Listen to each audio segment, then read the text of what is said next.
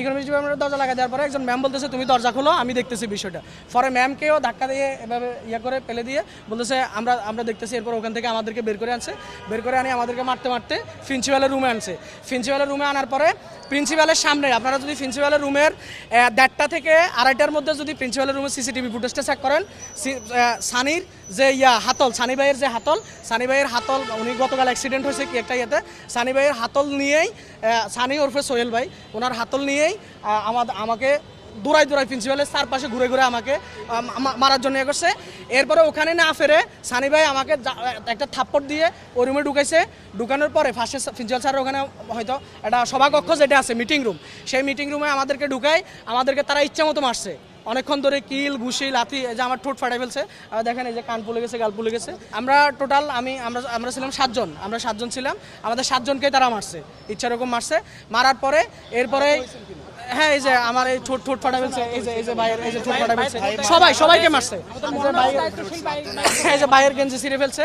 এরপরে তারপরে প্রিন্সিপাল স্যারের রুমে মারার পরে তারা ইচ্ছা রকম আমাদেরকে মারার পরে তারপরে আমরা আমাদের মহানগর সভাপতি যিনি ইমদাদুল হক ভাইকে আমি ফোন দিই যে ভাই আমাদেরকে এখানে আটক করে রাখছে, আপনারা আসেন। তখন হয়তো ভাইকে পাঠাইছে, দায়িত্বশীলরা এসে তারপর আমাদেরকে এখান থেকে দায়িত্বশীল এবং পুলিশ এসে তাদের থেকে আমাদেরকে উদ্ধার করছে।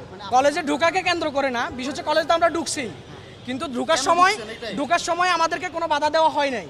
আমাদেরকে বাধা দেওয়া হয় না যে তোমরা কারা কোথায় যাচ্ছ, কি জন্য যাচ্ছ, আপনারা সিসিটিভি ফুটেজ চেক করতে পারেন কলেজ ক্যাম্পাসের। আমাদেরকে কোনো বাধা দেওয়া হয় নাই, কিন্তু যখন আমরা স্যারের ওখানে গেছি, জসিম স্যারের সাথে যখন সাক্ষাৎ করতে গেছি, তখনই আমাদের সাথে এই পরিকল্পিতভাবেই মব সৃষ্টি করে আমাদের উপর এলোপাতারি গণদোলায় আমাদেরকে দিচ্ছে। তারা প্রায় 40-50 জন ছিল এখানে। যে প্রিন্সিপাল স্যার বা দায়িত্বশীল যারা তাদের সাথে কথা বলবো। আমরা ক্যাম্পাসে আসার সাথে সাথে এখানে অতর্কিতভাবে অনেকগুলি ছেলে আমাদের উপর হামলা করে। আমি তাদের পরিচয় জানি না, নিঃসন্দেহে তারা কোনো আক্রোশের বসবাস এটা করে। আমাকে সেভ করতে গিয়ে আমার এই ভাই আহত হয়েছেন। পরবর্তীতে আমাদের এখানে ছাত্রদলের অনেকে আমাদের সাথে এসে কথা বলে, আমাদের সাথে উদ্ধত আচরণ করে। এখানে পুলিশ এসে পরবর্তীতে পরিস্থিতি কিছুটা শান্ত করার চেষ্টা করে। আমরা দাবি জানাচ্ছি এখান থেকে সিসি ফুটেজ যেগুলো আছে এগুলো কালেক্ট করার জন্য। এটা তো ফ্যাসিস্ট আমলের কোনো সময় না, যে সময়টা এসে শেখ হাসিনা ছাত্রলীগ যেভাবে করতো, তারেক রহমানের ছাত্রদল সে আচরণটা করবে। আমরা তো এটা চাচ্ছি না। এখানে আমাদের অনেক ভাইদের উপর তাদের একটা ক্যাম্পাসে প্রবেশ করতেই পারে, এখানে এরকম না যে তারা এখানে এরকম কোনো আচরণ করছে যেটা বিধিনিষেধের বাইরে, প্রবেশ করতে পারবে না এরকম কোনো বিধিনিষেধ এখানে সিদ্ধেশ্বরী কলেজে নাই। তারা ক্যাম্পাসে ঢুকছে এইটাই কেন্দ্র করে তাদের উপর হামলা করবে। এখানে একজন ভাই শব্দ চয়ন করছেন সংঘর্ষ কোনো বিষয় না, তাদের উপর হামলা করা হয়েছে।